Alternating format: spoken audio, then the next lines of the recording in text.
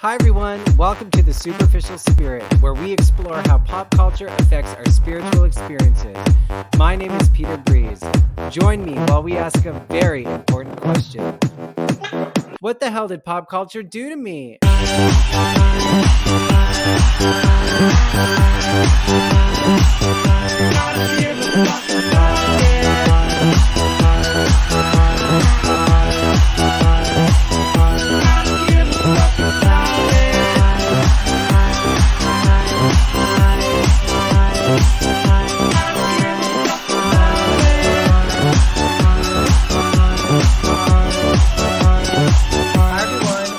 Superficial Spirit. Thanks so much for joining me again today. We are doing a celebrity deep dive today, everyone.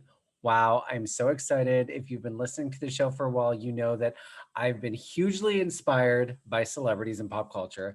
The whole premise of the show was that pop culture and my obsession with fame opened me up to spirituality. It inspired me to follow my dreams, and that confidence gave me a sense that there was something bigger than me out there, a sense of oneness. And ultimately, that opened the door for me to the spiritual life that I have now. I have a strong attachment to a lot of celebrities in pop culture, not as much as when I was younger. I still enjoy pop culture, but definitely growing up, it was the guiding light in my life and the thing that I would turn to over and over and over again for inspiration and direction and validation. And when I started the show, I wanted to explore that deeper. I wanted to see if there were other people like me who were passionate about pop culture, who maybe found spirituality in pop culture. And so whenever I encounter somebody who is connected to a certain celebrity or maybe a part of pop culture that they believe has helped heal them or enrich their spirit or given them inspiration, I am so excited to talk to them because it makes me feel like I'm not alone. So today we're talking about the Queen of Rock, Courtney Love, who I am absolutely obsessed with. And I discovered Courtney Love when I was in high school, and I was just starting to figure out that I was gay, that I was gay. That's the end of that sentence. I was just starting to figure out that I was gay, and I really enjoyed making the world around me uncomfortable. So I'm from Alberta, and it was the early 2000s. So I was definitely bullied for being gay. The homophobia wasn't as bad as it had been in the 80s and 90s. But, I dyed my hair pink. I was super flamboyant. I wore sparkles on my face for the sole purpose of aggravating the people around me. I wanted to make my presence known, and I didn't really give a fuck if people were uncomfortable. In fact, I kind of thrived on that. I had a really huge ego, and I think that kind of repelled some of the bullies. Some it attracted, some it I think made go in the opposite direction. But when I discovered Courtney Love, I was like, oh my God, you can be a hot mess and still be confident. Like you can be self-aware and self-destructive at the same time. And you can be a mess and you can fall over and you can be drunk and you can be high and you can have smeared lipstick and messy hair and dirty clothes and still be celebrated. In fact, arguably still be one of the best. I love that. I absolutely love that. And it doesn't stray too far from Paris Hilton and being just shamelessly self-involved and using that as your platform, or the club kids who were, famous for being famous and excessive with drugs. All of that whole mentality is what I fucking loved. And in the first part of my life, really, really drew a lot of inspiration from. So today we're talking about Courtney Love, my friend Dan, who I actually met years ago at a Courtney Love concert because we were both so obsessed with her and we were waiting in the alley to meet her. That's how we connected. And I'm really excited to talk to him today about how Courtney Love has affected his personal growth and his life in general. So without further ado, let's bring him on. Please welcome Dan. Dan Nordstrom. I wonder if he owns Nordstrom's actually. It's a hello. Hi, look at your doggy. Posing for you. Cujo, are you handsome? Cujo. He's my How are pug you? mate. I'm good. How are you? I'm good. Nice to see you. You too. Look at you I all. what? You all like the same. Hasn't aged Oh, today. it's called a ring light. I definitely have aged, and I just bleached my hair, and it's fucking. I'm like, does it look yellow to you or does it look blonde? You know what? I'm going bald, so if it I looks know it. yellow, do you? I don't give a fuck. I I'd kill for you know yellow what? hair right now. I have true, absolutely true. And I have toner upstairs, so I'm just gonna do it one more time. But it's just like I can't decide. Like sometimes I think it looks white. Anyway, when I dyed my hair this color, is like I look 45 years older. You But think so? I don't Why? know. Like every time I bleach my hair, I'm like, am I clinging to my youth? Oh yeah, you're having a crisis. Like, go buy a Ferrari or something. Like, you don't need to do this. You're like I doing the wish. gay equivalent. You're doing the gay equivalent of buying a Ferrari. But you know I'll just what? bleach my Like, hair. hello, I've been bleaching my hair forever, so That's true. I've Yeah. just been a I constant I state of just assumed you were a crisis. natural blonde. Okay, there. Well, we'll just leave it at that. Yes, I'm a natural. The premise of the podcast was celebrities opened me up to Right. yeah, Spirituality, yeah, right. to spirituality. So why don't we start there? Like, do you consider yourself spiritual right off the bat? So yeah, I consider myself someone who's like I wouldn't say like at a higher power. I feel like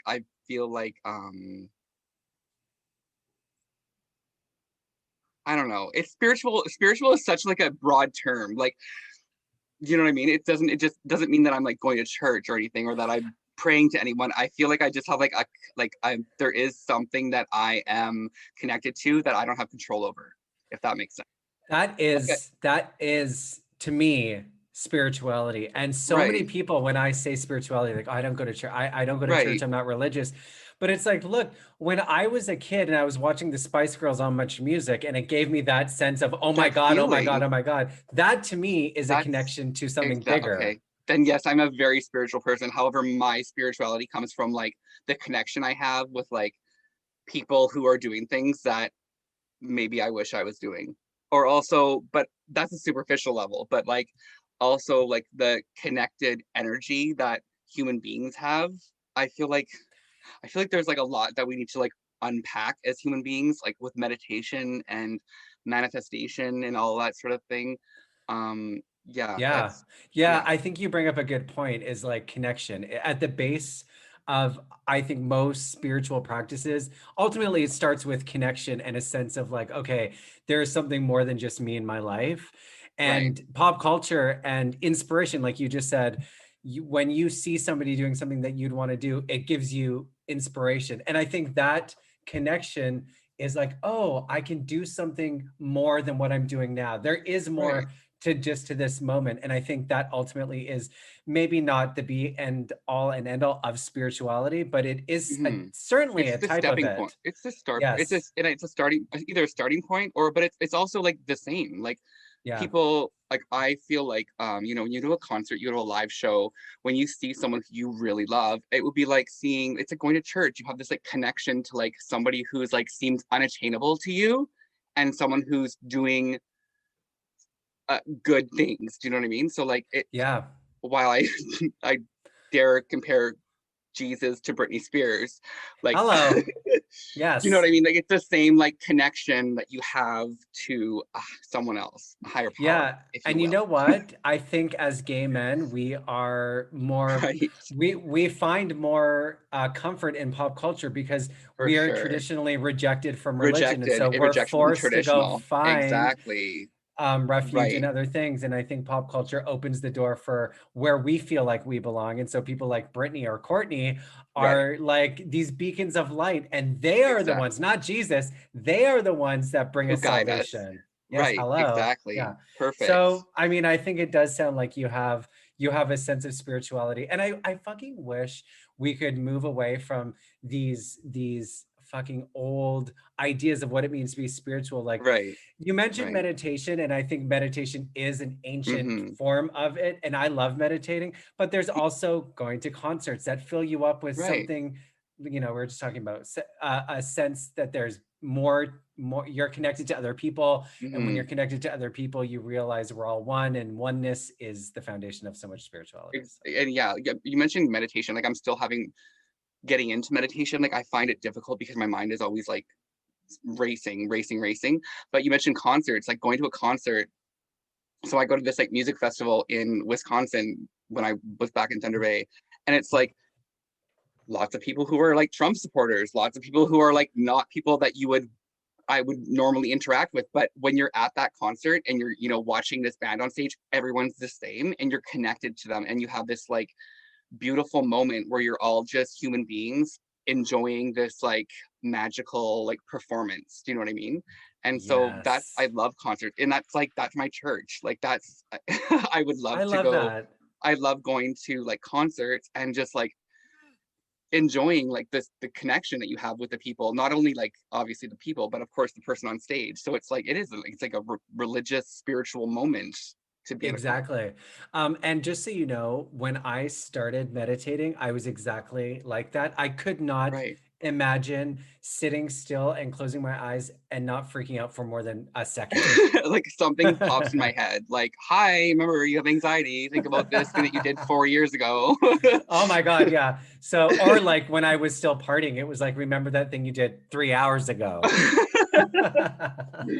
So Exactly. if you are interested in meditating, just keep going down that path, because Right. I meditate twice a day, 20 minutes. I love it. It's easy for me. It's still challenging sometimes, but Once you have very it, few, it's like, yeah, very few people I think sit down for the first time and meditate perfectly. right. And there is no such thing as perfect meditation. So I hope that doesn't like, I hope you don't feel like it's not possible for you, because it totally is. No, I know it's possible for me. I just need to like take the time to like do it. It's like learning anything, right? It's like learning a Yeah, task, like a skill, sorry, exactly. like You anything. can do it, honey. Okay, let's move on to Queen Courtney, the Okay, queen, yes. be all and end all. So, where did we meet at in the We alley of the Courtney Love concert? No, but we met before that. So remember, Okay. so when when I got home from New Zealand, which we'll get into later, phone's going off. When I got home from New Zealand, my brother showed me like videos or pictures or something of you dressed as a cocaine bag of cocaine, Oh and yes, I was honey. like, yes, this is I obsessed. And so like I followed you on Facebook, whatever. Like I Yeah, didn't yeah. like, you know, and then I think you posted something about like, hey, got the pre-sale code for Courtney Love, or does anybody have it? I don't remember if one of us had it. And I messaged and said, hey, here it is, or you said here it is. And I don't know who gave Yep, yep. pre-sale code. And Yes. you were like, hey, if you're gonna be in town, I have no one to go with. Let's go together. And I'm like, oh my God, like okay. And so like we met like on Hastings Street. I feel like I was on the Oh, bus and we were how perfect for a Courtney Love concert to meet on downtown Hastings East Street. Side. I feel like we met. And so we like, and then we didn't just go to the concert, Peter. Let's be real here. We went to one hotel and asked if Okay. she was staying there.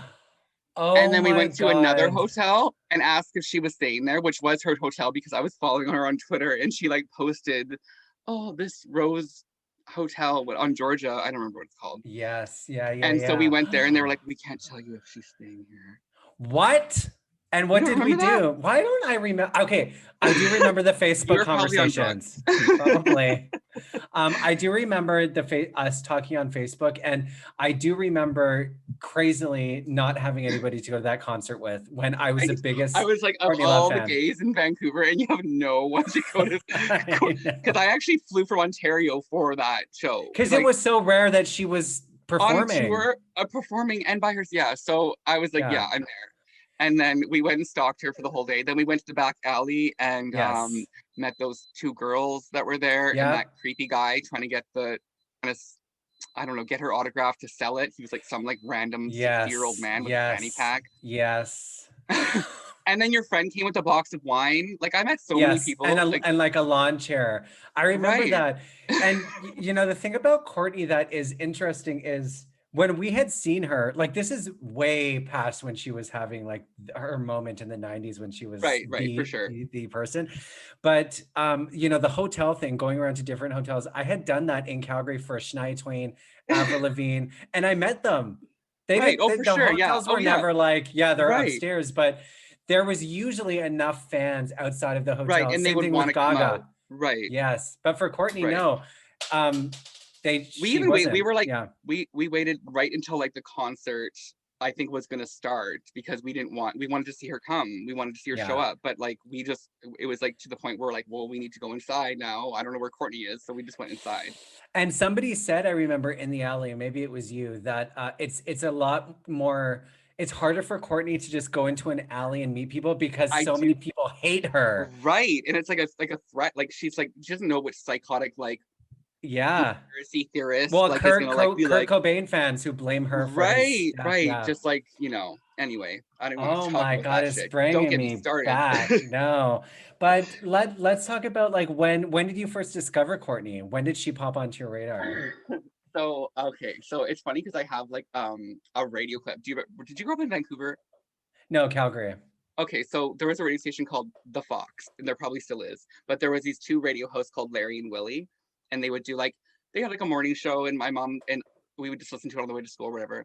Well, for my 13th birthday, my mom phoned them and said like, can you announce my son's birthday? And I have the MP3. I'll show it to you later, but it's like it's Dan's birthday. He's a bit of a fan of Courtney Love, and that was for my 13th birthday. Oh my God. So like I was, and then I was trying to think back because I'm like, when did I first? And then I remembered walking to school with my friend's older sister. I must have been in grade 6 because she is a year older than me. We were walking to elementary school, and it only goes up to grade 7.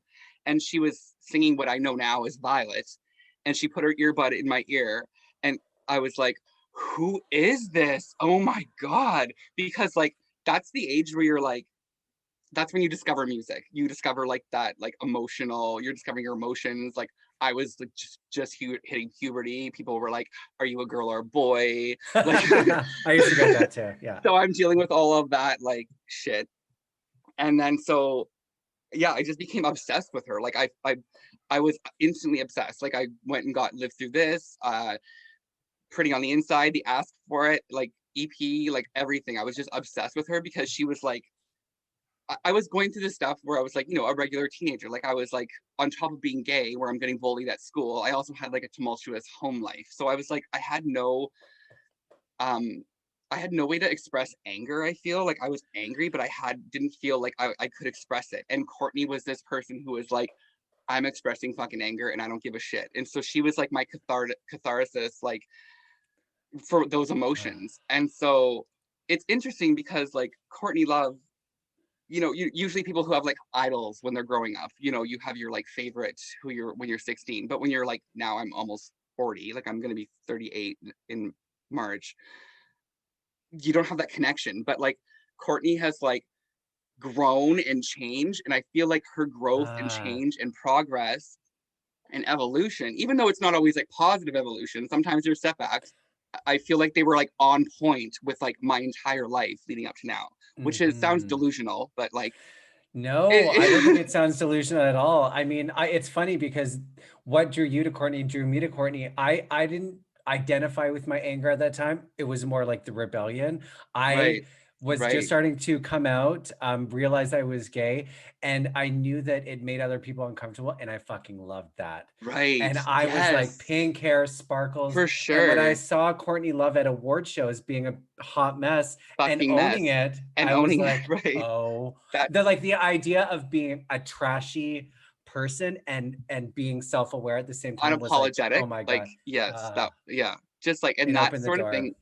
And I kind of like what you're saying. Like, see, I didn't have the confidence to do any of that, any of the like expression. I was like more, I hate this, I hate myself, I hate everything. I would deny it until like um I'd say like Marilyn Manson actually really helps me. Like honestly, Marilyn Manson, like he Yes. really made that's the unapologetic mess. Like I was like, I'm gonna fucking wear black eyeliner and I'm gonna fucking hate you and I don't care what you think. That was my like he was my like internal confidence booster for some reason. I don't I know. love that. I think, I mean, that makes sense to me. He was, wow, Marilyn Manson. Right. What a fucking icon. Right. He gave people Because he also in the learned same those way. gender roles like early, like Definitely, at the time I yeah. needed him to. And he was so against the white Christian straight Exactly, who narrative. I Yeah. fucking hated because like my family, like they're very Catholic. Well, my grandmother is. But like when you start learning about that, you're like, wow, what another reason to fucking hate myself. And then so you have this person who's like, these people are wrong, you're good. And so I'm like, Yeah. yes, Mr. Yeah. Manson. And Courtney and Manson were supposed to go on tour together. They did go on tour together. Oh, they It did. lasted Oh, for okay. fun. Like it lasted fun. See, like I'm a wealth of knowledge. I should just Okay, run good, like the good. Courtney Love Wikipedia page. Actually, I'm like an admin on a Courtney Love group on Facebook called the Hole Is in it? Courtney Love Museum. I Plug. think I'm a part of that group. I don't know. I'm You a are? part of one of the. I'm a part of one of them, and they're constantly like, I found this like rare performance of Courtney singing. Right. I'm a Courtney Love fan. I'm not like that. I'm not Yeah. going hunting for, like, I'm like unreleased evangelical stuff. Courtney Love fan.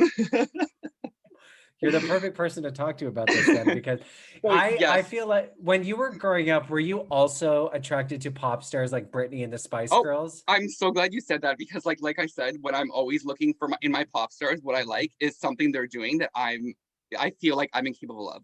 So when I discovered Britney, like I didn't like Britney up until she did "I'm a Slave for You," and I started doing like drugs like around like I think my 17th birthday is when I discovered meth.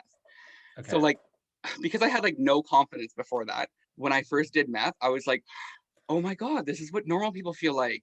Oh wow, this Oh is my perfect. This is why people are smiling walking down the street. Perfect. God. And I went Oh, home. It was like jeez. at a CD rave. I went to a CD rave, like in some in actually like the basement of like a Buddhist temple or something like that. Like what? That's very Courtney. And then I go home and my like because I had like a rough relationship with my mother. She's like was chaos back then. And she started screaming at me for like again something that I couldn't control. And whereas before I would like just go to my room and like cry or like self harm or whatever I was doing. But when I came home high, I looked at her and I was like, holy shit, it's you that's the problem. It's not me. And I was Oh, like, wow. and I had never had that confidence to like think that I Oh my wasn't the problem God. here. So like as awful as that sounds, meth like I don't want to say it, but you know what I'm trying to Yeah. say. Like it actually Yeah. like opened it like helped open the You door know to what? like It sound I know you feel like it's crazy, but I was just talking to somebody the other day over the weekend. I interviewed somebody who works in at CAMH, the mental health yeah yeah and addiction place here in Toronto. And I asked him that question, like when people are really in the darkest part of a crisis, can it open the door for spirituality? He said, absolutely it can. I mean, you right. don't want to say, hey, if you're feeling lost, Yeah, go have you get tried addicted some to smoking meth. meth? Yeah. You seem really No, it's sad. Have you not. thought about smoking meth? No, I like so that's the thing because like sure that initial experience was like fantastic, but when I was addicted to drugs for the next 5 years, it was far from glamorous. Even though like in my head I was glamorous, but it wasn't. So It's an interesting point because Courtney Love obviously goes hand in hand with drugs and excess. 100%. And when I was growing up, before I went to the clubs, for me, it wasn't meth, it was cocaine. I really glamorized what it meant to Right. do cocaine, what it meant to be a Right. cokehead. And the first time I did coke, I wore all white and I was like, fucking give it This to is me, me. honey. There's never going to be a problem if I can do I coke. So Courtney opened, she wasn't the only reason why I was so comfortable doing drugs, but she was mhm. definitely part of it. And I'm wondering now, like, how do you negotiate having an idol who is so wrapped up in self-destruction like that? Right. That's so good what you just said because I again, what you said, like sh- her and Marilyn, quite frankly, made me super comfortable with like chopping up actual heroin on a CD case at a party in high school in the living room, thinking I What? was like, and like the thing is like I was Oh my God. like fucking cutting it up thinking I'm like this like huge rock star, but everyone's like drinking beer that they stole from their parents and I'm like Right. fuck you guys like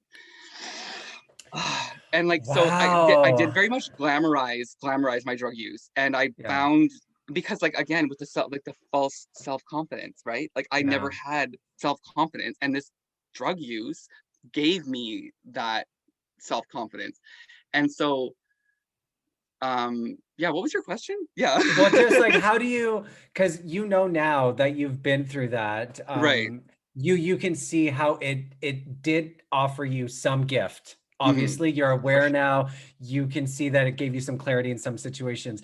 But do you ever look at Courtney Love and Marilyn Manson, I guess, and be like, wow, I was looking up to the wrong people, maybe? Okay, yeah, totally. And see, the issue there is that because ideally in a perfect world, a child should be looking up to their parents, should be looking up to their Mm, caretakers or whoever that.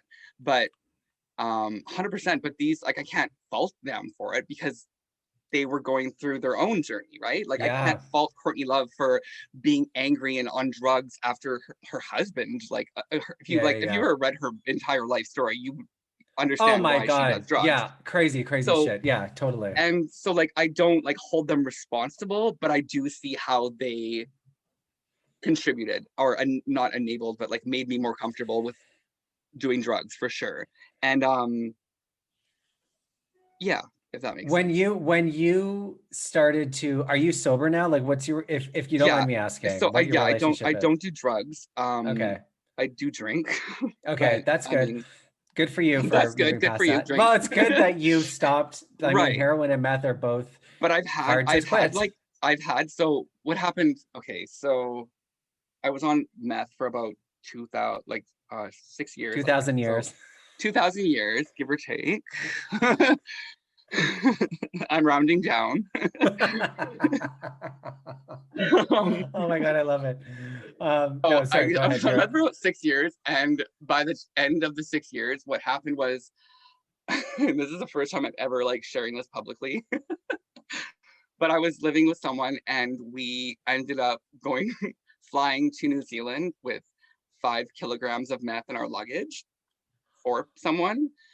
And meth in New Zealand is about $1,000 a gram. So we were caught with $5 million worth of meth. And I went to prison for 5.5 years. I was sentenced to 10.5 years with a minimum non-parole of 5. So I had to do 5 years. oh my And God. I did 5 years. But honestly, Peter, like when I tell you that was my rock bottom in that moment, like that whole 5 years was so important for me as a person who I am now, that I wouldn't take a single moment back of that 5 years, because that was my wake up call, as cliche and corny as that sounds. Like, also, I learned so much about myself, and not only myself, but like my role in like society and my family, all that. Because like for the first time, you have to remember, like I was a meth addict from 17 to 23. Like my brain Wow. wasn't fully developed until I was 25. So I had never been sober. I had never done normal, like going to get a license things. I was doing fraud. I was, stealing cars. Like I was, I was doing things that most people don't do in their teens, right? And so going to prison was like, the first 2 years was very much self pity. Like, oh, Okay. my parents failed me. Like, I don't Uh-huh. deserve this. I'm a good, like, fuck this shit. But Hmm. like once you start to like self reflect, you see, like, I was reading books, like self help books, excuse me, and just like you start to see that like you can't just hold on to that, because you're not helping anyone. You're not like, it's, they don't know what it's doing to you or what it's done to you. All you can do is help yourself. So you need to like learn to forgive and forget Yep. and move past it. See that your parents or whoever was causing the trauma was obviously also going through some sort of journey. They were doing the best they could.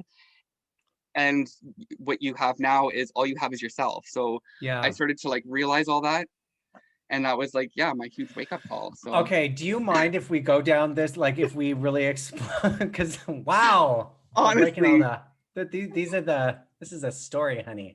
Um, okay, so you were 23 then when you got caught with, yes. yeah. And can you just, I'm thinking of Broke Down Palace. Have you seen that movie? No.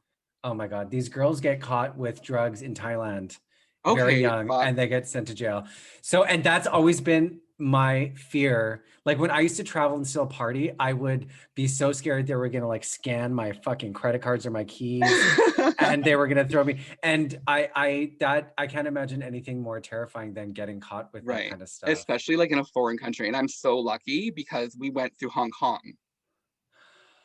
we had a stopover in Hong Kong with $5 million worth of Oh, drugs in my luggage, and then got caught in New Zealand, which luckily is like Canada. So like, yeah, I yeah. didn't have to worry about my like human rights being violated or anything like that.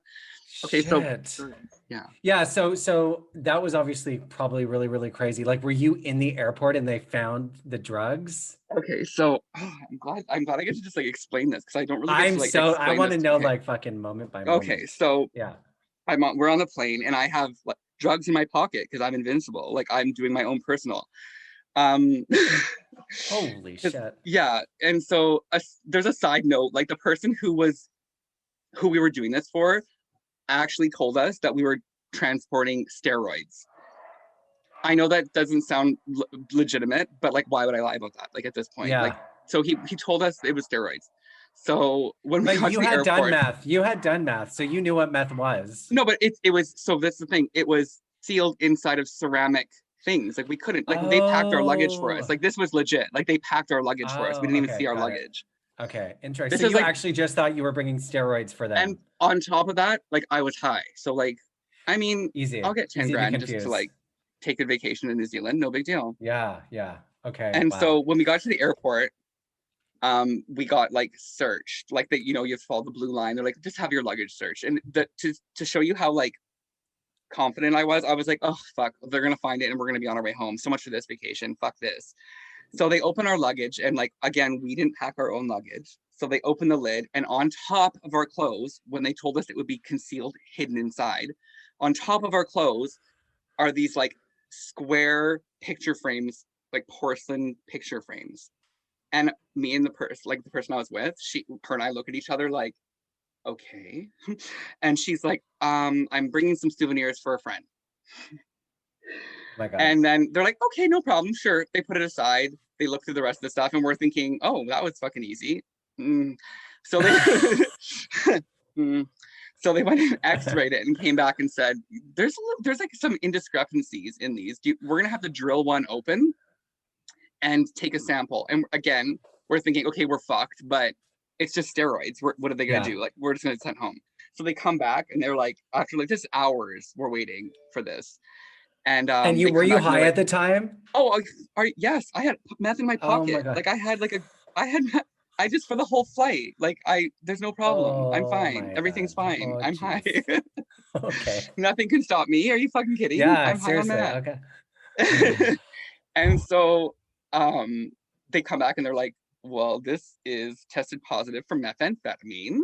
And her and I looked at each other, we're like, okay, fuck. But again, it still didn't really sink in. So when I woke up in the police cell the next day Oh and my I didn't have God. any drugs because they took my drugs away after my strip search, um, I was like having a meltdown. So imagine like being in a foreign country, coming off of meth for the first time in 5 years or 6 years, and like, and everyone thinks you're scum because you're a drug importer. So the police are like, oh, fucking another rich kid trying to bring, and like, rich kid, like that, no, this is fake. Like this is a fake Rolex. Like this, like this is not real. And they just kind of like treated me like shit. Obviously, I was separated from the person I was with. She went to a women's prison, and then Oh my God. I went to prison, and actually, like, it wasn't so bad. So until the morning when I was out of my cell, and then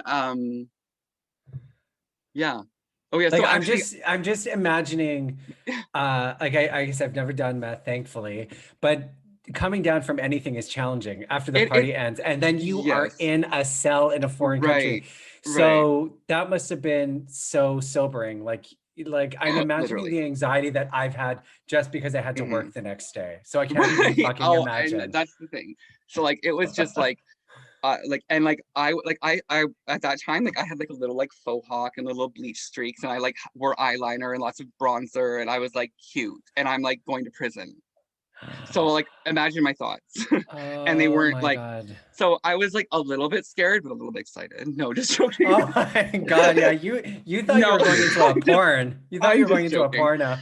So I walk up. So like my first day is like they had to move us from another unit to another one. So they put us outside that I was in. And this guy comes right up to me. He's like, you better give me your breakfast. And I'm like, oh, at this point, dude, take the fucking breakfast. Just please don't knock my teeth out. And this, what I thought was an old lady, well, not an old lady, but like an older lady. She was like 40. She jumps off this like ledge and she's like, tells this guy to get fucked and says, you better leave him alone. And she looks at me and says, it's okay, sweetheart. You can come hang out with me and the girls. And I'm like, there's girls, perfect girls. Oh And my like my God. brain wasn't processing. And so when we go into the other unit, and there's like about like there's four trans girls there who like saved my life and like literally Oh took me under my their God. wing. And like honestly, and the good thing, because like, you know, these girls who I was in jail with, they've had a rough life. So like they're like Yeah. street girls, like, and so they can fucking fight. And so nobody fucks with them. And like when I tell you they're like hot girls, pin up their hair and they will uppercut the shit and beat the shit out of you. And I was like blessed the entire time I was in prison, like I was taken care of by trans women. So Were like you, first of all, I can't believe you've never told this fucking story. And immediately after this, I'm gonna get you a book deal, bitch. That's crazy. Okay, so were you with these trans women the whole time in prison? yes. So like after that, like Per- I there was very, but the good thing about, see, it wasn't, they like saved me, like Jasmine, Tiana, Crystal, like I'm friends with most of them on Facebook, like still. oh my God. They like they took me under their wing. They like showed me the, like there's different, prison is a different world. Like there's different rules, there's different things, there's different, you know, ways of doing things. And they kind of like showed me how to survive prison. And even when they weren't there though, I I need to go back step a little bit. So Okay, okay. I need to back step. So when I was on drugs, one of the things that kept me on meth was thinking that my personality and my like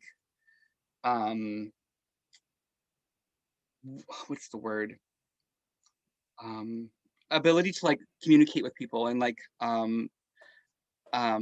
get along with all sorts of people and just like that sort of thing. I thought that was all drug induced. Like I thought if I gave up drugs, I wouldn't have a personality. Like Fun Bobby from Friends. Okay, Like, you know, Fun got Bobby, it. when he quits Yeah, drinking, he's not yeah, Fun Bobby. Yeah. I yeah. thought I would just be like this boring person. I'd have no personality. And so when I went to prison, I started to learn like that I'm the exact same person Wow. sober. And so my personality actually like helps me through prison as well. So I was friends with like people who were like the Sergeant of Arms of Hells Angels New Zealand. I was friends with people who were like, there's Crips, there's Bloods, there's also like Black Power, there's Mongrel Mob. There's like, and I was like, I had friends in every gang because I'm not a threat to anyone. Like I'm not coming into your space saying like, this is my space now. So like everyone really like, I never got beat up once in 5 years. I never had like a really bad experience. Like I got shaken up a bit, but like, Yeah. Was there any homophobia? so yeah, but that's, yes, there of course there's homophobia, but let me tell you about like you would say I could get a book deal. I could also share like I could probably write an entire 12 series of porn plots because when I Like tell good or you, bad? all good. Oh wait, Okay. like I mean all good, some bad, same as the outside to be Yeah. honest. What? But like even with guards, like I could yeah, What? there's like I should really like start writing about that, really. Now that I think about it. Yeah, yeah, yeah. No, honestly. I mean, this is prison. I haven't thought too much about it. I mean, I've had dreams. I had a dream I was in jail with 50 Cent, but it was a sex dream. I can't Good for imagine you. myself in that environment. And like you said, I Mhm. would be really worried that the type of person I am would not do me any services being in See, that no, type no, of because you environment. know it's interesting because a lot of people like who are, um, I'd say there's like you know in gangs or even not even in gangs, just like males in general have a hierarchy. Like there's always like the alpha, and if the alpha isn't threatened by you, then all everyone else follows suit, kind of thing. I know that Got sounds it. very primal and kind of No, I weird, think that but makes like perfect sense. so like because I was friends with people who were like literal alphas. Like I hate that word. That sounds so fucking stupid. Like people who were like respected, like older Yeah, guys, yeah. older like you know tough guys. The like minions or like people wouldn't. They would just follow suit and like treat me with respect, or like, you know. And Yeah. a lot of people like, and especially like there's like this misconception that like all straight males are like, well, not, you know, based on our experience, a lot of straight males are homophobic, but there's a Yeah. lot that Yeah. aren't. And just because you're in a gang, or you know, in for murder or whatever, doesn't mean you don't have like a gay brother and you don't understand. Exactly. Well, and Right. I have found too that it's mostly our own insecurities projected onto Right, those for people. sure. And Like I, yeah, one jock in high school calls you a fag, and then for the rest of your exactly. life you And think like, that all, yeah, yeah. you still get nervous when like a group of teens walks past you with them all, and you're like, Yeah, totally. Yeah. So when you got to prison, I mean, you at that point had no plans on getting sober, and then you went to jail. And do they right. put you into meetings, or you're just forced into sobriety because there's no Mm, drugs? I'm just forced into sobriety, and like again, luckily with meth, it's not really physically like I'm not puking, or like with Yeah. heroin, you're like, you know, it's bad. With meth, it's basically like I was sleeping and eating for like a lot. Eating, like it's terrible. I mean, like I was eating a lot for a week, and then I was fine, like Yeah. physically, but obviously still then all the mental stuff happens, right? Yeah. Like I said, I was on it for 6 years, so like my brain was just fried. And you were so young when you were on it, like your brain was Right, just starting to develop. right, When right. you were in jail, were you thinking about Courtney? I, not at first, definitely not at first. Like I had other Yeah. things to deal with. But again, like I said, like my like journey in prison for the, like I said, for the, I was on remand for about 9 months before we were sentenced. And then we got moved to like real prisons, and got moved to a real prison where, you know, it's a different vibe again, because people are doing life and you're not just around people who are waiting to go to court kind of thing. And I think I'd say probably around 2007. Oh, okay. So I was in one prison, and my brother, I used to talk to my brother on the phone, and Britney had just come out with Gimme More. And I would just literally spend a half an hour getting him to replay It's Britney Bitch over Are and over and over you again, fucking because I kidding was me? so excited to hear, and I was like devastated. The hardest part about the first 2 years of prison was like, I'm not going to be able to go to a club and hear this. I'm not to be able to do this. And it was so shallow. Like my first 2 years was like, the hardest part was like not having, oh my God, there's a thing called an iPhone coming out. I've never, like, I don't get to experience this. It was just very superficial things that I missed. Like, Oh my God. I'm just really trying to imagine you in on jail the and phone, listening to I was not even I the was the whole same fucking way. song, I just her saying remember bitch was enough to get, like, I was like I know, bitch. dying. I know. I remember when it came out on Perez and I was in film school and I was like, I can't believe Britney Spears is saying it's Britney, bitch. And I can't imagine now, like I was feeling emotional when you were just telling that because how again coming back to pop culture, how those moments tie us Right, together and they mean right. so much It's to like a us because universal, it yes. is. And I don't know, definitely gay boys. I mean, a lot of my gay friends would identify with that. And then I'm Right. imagining the added pressure and tension Experience. of being in prison and then still being like, I need to call and listen to It's Britney Bitch is so profound to me. It is. Like, And wow. that's Like, exactly. can you imagine And Britney heard this? Was like, oh my God, be this like, guy's been through so thanks, much. y'all. Thanks, Yeah, y'all. And then that's like do so like cool. That's so a little cool. swirl. That's so cool. Wow. Oh my God. Oh my God. Okay. Yeah. And the iPhone came out at that time too. Yeah, there Social were so media, many. probably. Right, right, yeah. And so you asked me more about like what Courtney Love. So like I Yeah. probably Yeah. didn't. I in prison I like I had a TV. I had my own stereo, and I, like I said, probably around 2007 I got my own stereo with my own CDs. So I was having family send CDs, and the guards would joke like, "You're the only one in the prison who has 3 Britney Spears CDs." Like, so we know who's ordering their CDs. But the thing is, like, I would turn my music up and I would clean my cell, mind my own business, and I'd be listening to like Blackout and like What just full the volume. fuck? And like, but guys would want to borrow my CDs, so Yeah. like Yeah. it's Yeah. I bet. so. And then I got what happened. For that stage, I wasn't really listening to a lot of Courtney Love, but then Nobody's Daughter came out while I was in Yes. jail. And like that was the time for the last few years of prison that I was really starting to like self-reflect. And that album really like correlated with that mindset that I was in. Cause it's such a like there's a song called For Once in Your Life, and it's like, Yes. looking back on all your shit and being like, just do the right thing for once in your life. And I'm like, oh my God, that like, and it just like was another, like, again, a spiritual moment. And it was like Courtney Love had like, here, this is what you need right now. This is the album for you. Fix yourself. And I was like, thank you. I I'm so happy that I'm talking to you. I can't tell you how much this means. Like hearing your story is so like it's so meaningful to hear this because you're bringing like things that I already knew to the forefront, like about pop culture, but Yeah. it's just such a unique story. Right. And I thank you guess. so much. Keep going, but I just have thank you so much for being Yeah. honest. Well, actually, thank you, because I've never like publicly like shared this information. And like I have like I'm in school right now for social work. And Good for because I want to work, you. I want to Fucking work good in for like, you. yeah. And so I had to do an application letter like explaining like, why do you want to be a social worker? And I just laid it all out. I just told every single thing from the time I was a kid right up to like who I am now, and they like accepted me 2 days later. So I think it's important Wow. that I like, and somebody once said to me, you should always share your story because you never know who will need to hear it at that time.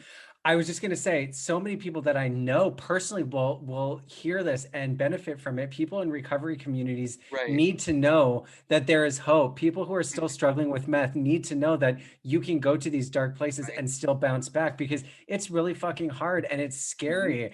And the more messages we have of hope that you can recover, the better. And if you're just starting to share this story, Dan, you are just on the verge of a brand new journey for your life where you're going to really help a lot of people if you can find a way to keep this dialogue open.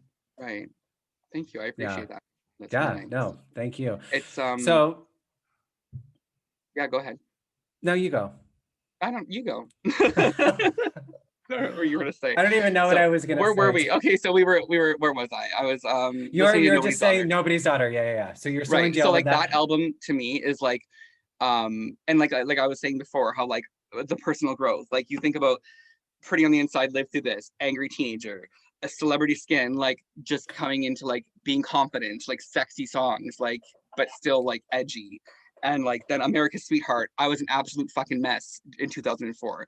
And in fact, she was on David Letterman in 2004 on my birthday. And she started the show with by saying, "Oh Danny, oh Danny boy, the pipes are calling," while I had a meth pipe in my mouth.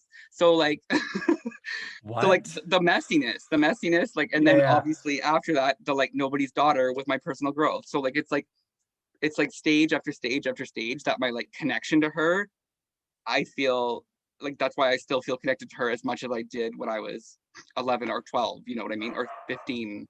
Yeah. Yeah. Wow. So, okay, walk me through then what happens when you get out of jail and you're going back to your life. What is Okay, that like? that's Unless okay. there's more So about jail you want to talk about. no, I mean there's a lot. Like I Yeah. could probably just do like a whole podcast series on my jail. I would like to come back to that and I want to hear Actually, I'm specifically in some of talks it. with Netflix right now to be doing a new Orange is the New Black. With all gay boys, honey. Gonna You know be what? Pink is It's the New Black. interesting. I am actually surprised that you're like, I didn't have any problems. People were nice apart from a few situations, and there was Right. like positive sexual experiences, which I'm Oh, I like, had you like know a what? long-term boyfriend. What? Is he still in jail? No, he's married. Oh yes. Anyways, that's a whole other episode. We can get into Yeah, that later. we'll come back to that, but thank you. I mean, it's great. So um, yeah, what you were we come out talking of about? Oh yeah, jail. when I get out. Yeah, So first yeah. day I get out. The flight home was embarrassing as hell, by the way, because I had to get on the plane first. Like it's actually, now that I think about it, the people probably just thought I was famous, like getting on the plane first and getting off getting off first as well. So that wasn't that bad actually, now that I think about it. Um, Getting home, my dad picked me up from the airport, and like if you can imagine like thinking and wishing and hoping for something for 5 years and just imagining what it's like, and then actually getting that moment, like there's nothing else in your life that you wait for 5 years, or like that you think about for 5 years. And like honestly, if I'm ever having like a really bad moment or like a bad day, I think about how happy I was, and like just like tears of joy when I got just like walk and see my dad waiting for me at the airport. Like, I might Ugh, just start crying right now. yes. Oh my God. And also my friend who I went to jail with, she got out like a week early and she was waiting there for me. And it was such a, like, I was like, finally, it's fucking over.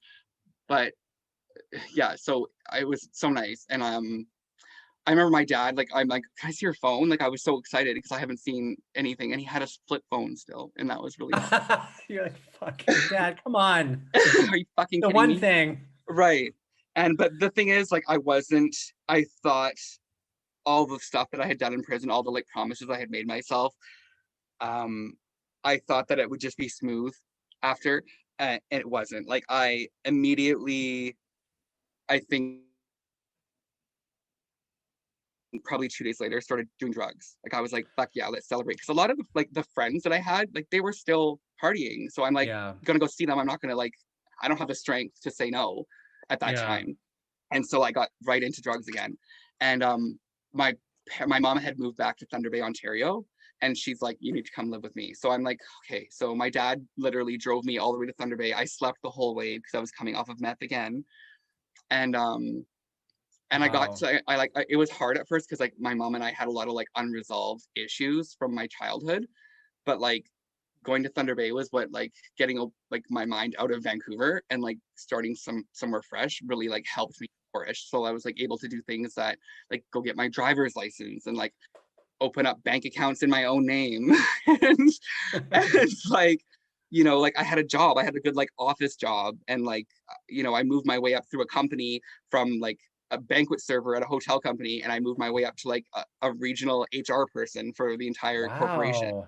And so I was able to, and I, bought my own house. I bought a house. You wouldn't be able to buy a house in Vancouver, but Holy shit.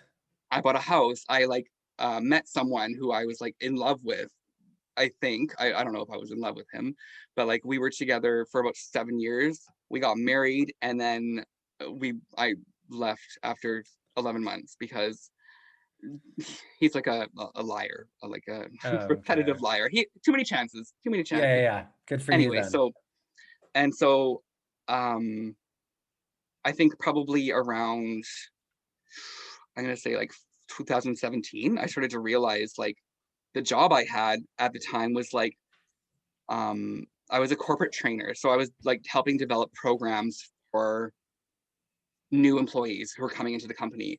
And like, essentially I was trying to make the company look like a happy clappy place who you like got a Uh, pizza party every time you were good, but people up here got like monetary bonuses. So you have people working minimum wage right here and being exploited for their labor, while these people are getting congratulated for bringing more business into the hotel.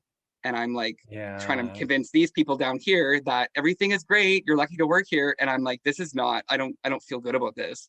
So I'm like, quit my job, sold my house, went back to school, got a divorce, moved back to BC, and now I'm on Vancouver Island helping my grandparents out. Like, I'm living in their basement right now, and my grandfather has dementia. My Oh, grandmother had a heart wow. attack 3 days after I got here. So yeah, that's my life right now. So I'm Oh just taking care of my my grandparents and doing my school online. Wow. I thought we were just going to talk about Courtney Love being drunk at I'm award sorry, shows, I just honey. like started talking about myself. No one asked. Oh, Like, no, no, no. This is so good. This is so, so good.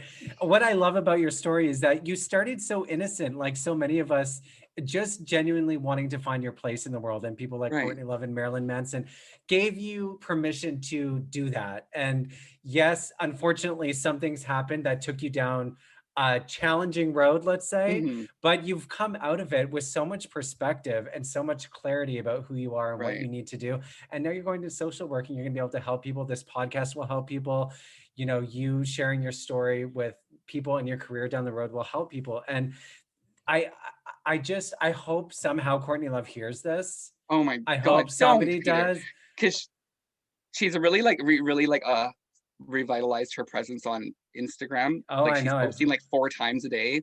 Yeah. So yeah, actually I met her. I left that part out. I met her Oh eventually. my God. Yes. Okay. Well, let's talk about that because I won that fan contest. Remember where I got to talk to her on Right, YouTube. right. Oh yeah, And that's so right. I got to ask her about being like what she felt about gay guys romanticizing tragedy, and like Lindsay Right. Lohan and Paris Hilton. Right. And she had, I just rewatched that recently. So surreal. Like, how did that happen? Like, that was Right. such a weird, you messaged me and you were like, hey, I you know. should apply for this. I Yes. applied, and the next day they were like, you're talking to Courtney, and the next day I was Yes. talking to Courtney. So surreal. Yeah, I'll have to post a link to that for people to watch it. But what was your Yeah. experience meeting her?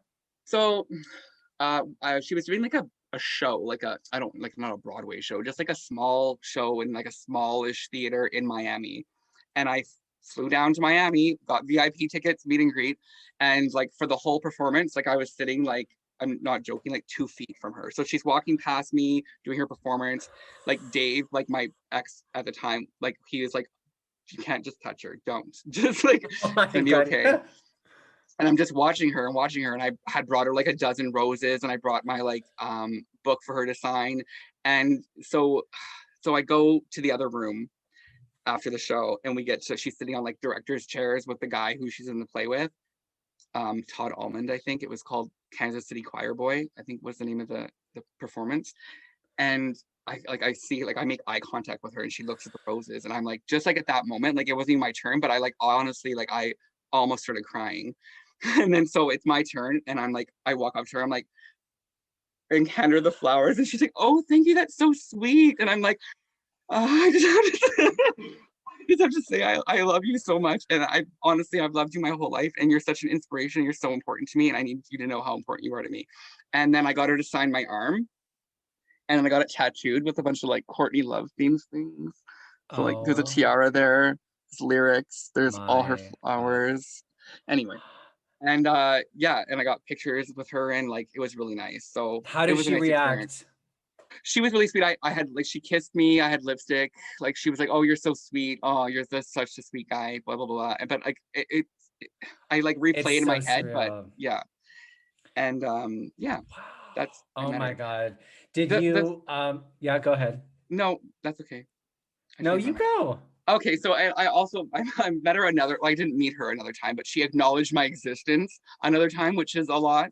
She I went to see her, I flew down to Phoenix, Arizona. Like a lot of my budget was spent on I'm gonna being say, a wow, Courtney honey. Love I groupie. should have been like, yeah, that sounds like a nice life. No, it was, this is after. This is Yeah, yeah, after. yeah. This is, she opened up for Lana Del Rey in Phoenix. And I Oh, was they're like front good row. friends, right? Oh yeah, besties. Yeah, yeah. And I was like front row at the like front row, and she's singing, and me and my friend Natasha were like singing louder than her, and she looked at us and was like, whoa, like chill out, guys. And like keep in mind, like we were surrounded by like young Lana Del Rey fans who have never experienced Courtney Love, and like they're another kind of gay. Like I love Lana Yeah, Del Rey, but totally Lana Del are. Rey fans are not Courtney Love fans. So like Yes, when you very have like different. Courtney Love fans trying to start a mosh pit in a Lana Del Yep. Rey concert, Yes. Yep. I it I was a remember weird, that it was from a Courtney weird, Love's concert. I was like, I got punched by so many fucking girls. I was like, fuck right? you. They're like, you're like, they were I not, they, remember yeah, that. I remember you yeah. getting assaulted. Like you were like lifted and thrown to the back, if I remember It correctly. was awful. And I actually spent most of the concert at the back because I was like, I do not need to be moshing with these people.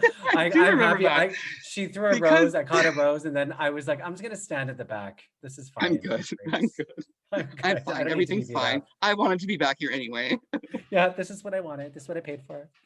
And Um, so after that performance, she like walked towards me, Natasha, grabbed 2 roses, and like reached down and handed them to us both. So like that was my other moment of acknowledgement. wow. Yeah, So you've had two great encounters with her. right. What did you leave feeling when you met her and got to give her the roses and you guys took pictures together?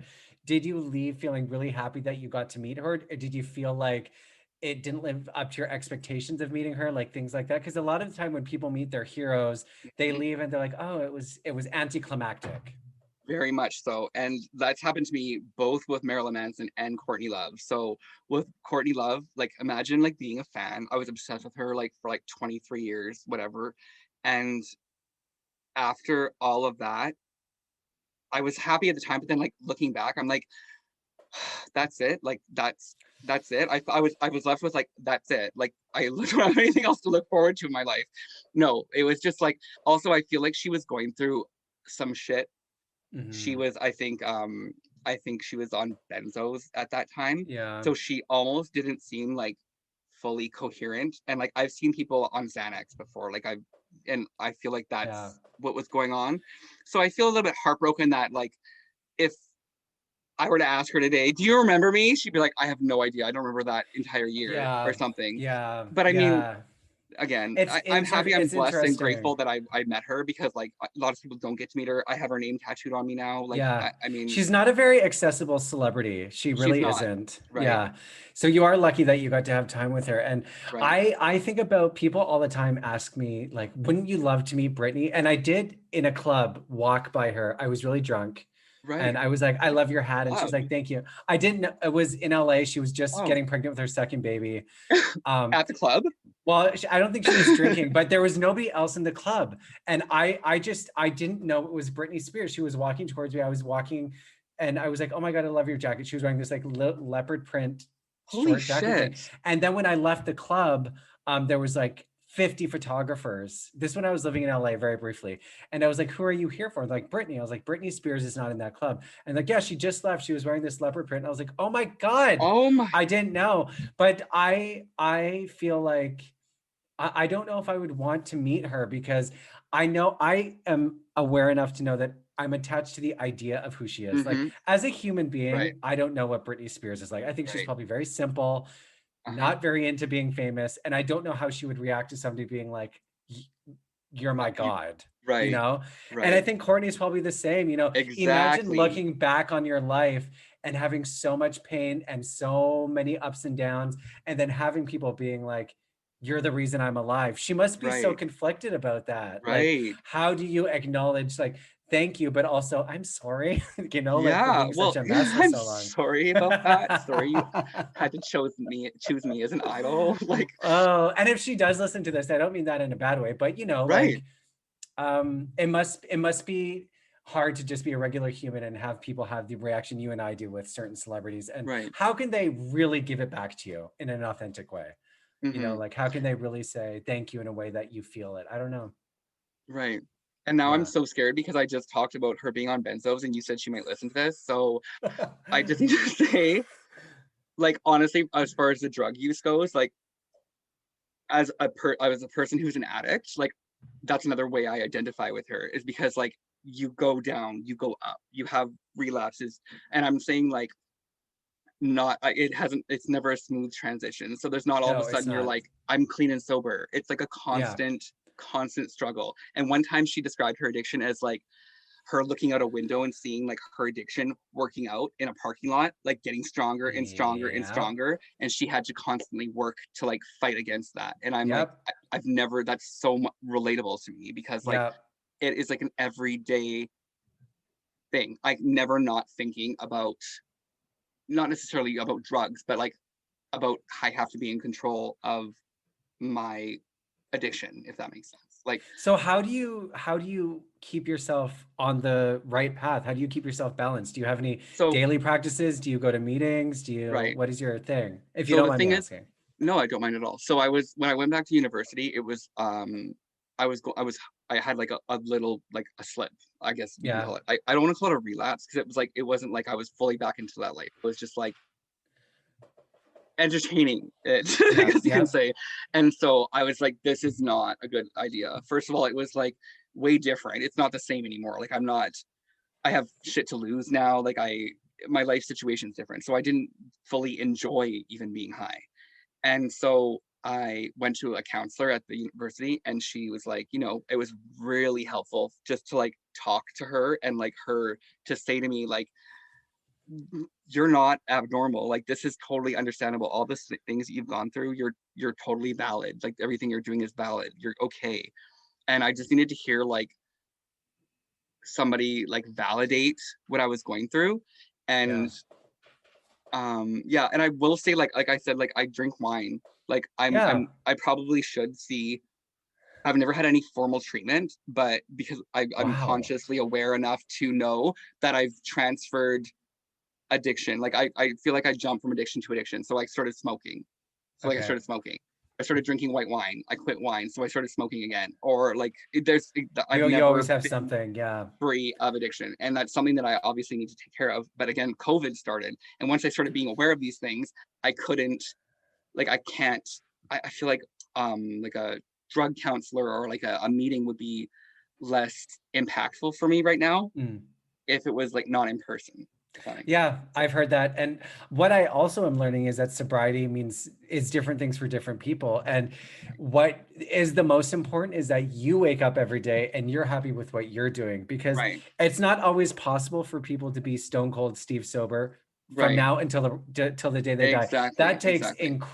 incredible circumstance, chance, Right. luck, faith, Yeah. support. Like there's so many things that And go like into hard keeping a work. person Yes. sober. Yes. Hard work.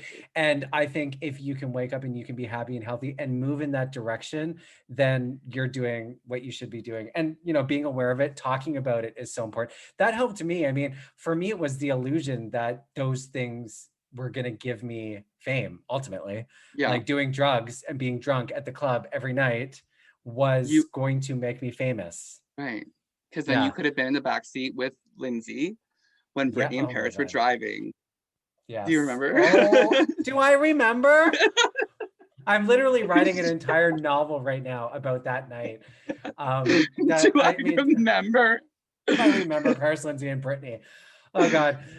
Okay, so to wrap things up, do you have any advice? Let's say there's somebody young listening who is maybe really infatuated with celebrities, feeling a little bit uncomfortable about who they are, and maybe even curious about drugs and drinking because they're looking for that peace that you were looking for and that confidence. What advice would you give them? I would say tread lightly, and also like I would advise them definitely to, I don't know if I could give advice on what they should do as far as their personal choices, but I feel like it's important that if you're right now and you are addicted, you should like not be afraid to say, I need help. Yeah. Because there's such a stigma attached to like addicts. And I feel like that's changed so much. Like even like if you think about it now, like imagine Courtney Love, 1994 Courtney Love right now. We would be talking about her very differently yes, than if it was. So like we have such an understanding, or more of an understanding of mental health and addictions, that I feel like it's important that you know that, like, you know that there's lots of resources out there and you're not alone with it. Like there's 100 billion people, that's an exaggeration, but there's a lot of other people who are going through exactly what you're going through, and there's help for you if you need it. Yeah, that's great. I can't wait till I'm in BC again. I need to see you again in real life. I absolutely have to see you again. I feel so grateful that we got to meet. Courtney brought us together and then we get to share the story. And I hope she goes on tour or something. I mean, she's supposed to. She's working on an album right now in London. Yeah. So yeah. Oh my God. Oh, okay. Well, she just had lunch. So something, you know. She texted you. Okay. So if you go, the next time you go to a Courtney Love show, please let me know. I'll come. And we'll of course, the whole I will. thing. I will never go see Courtney Love without you ever again. Thank you. Oh my God. Thanks so much for fucking being here, Dan. How do you feel sharing the story? I honestly feel like relieved. Like I was really nervous, but I mean, you did not seem nervous at all. Really? No, you didn't. I'm sweating. Also, I feel good to like get it out and like share the story. Because I mean, I've shared snippets.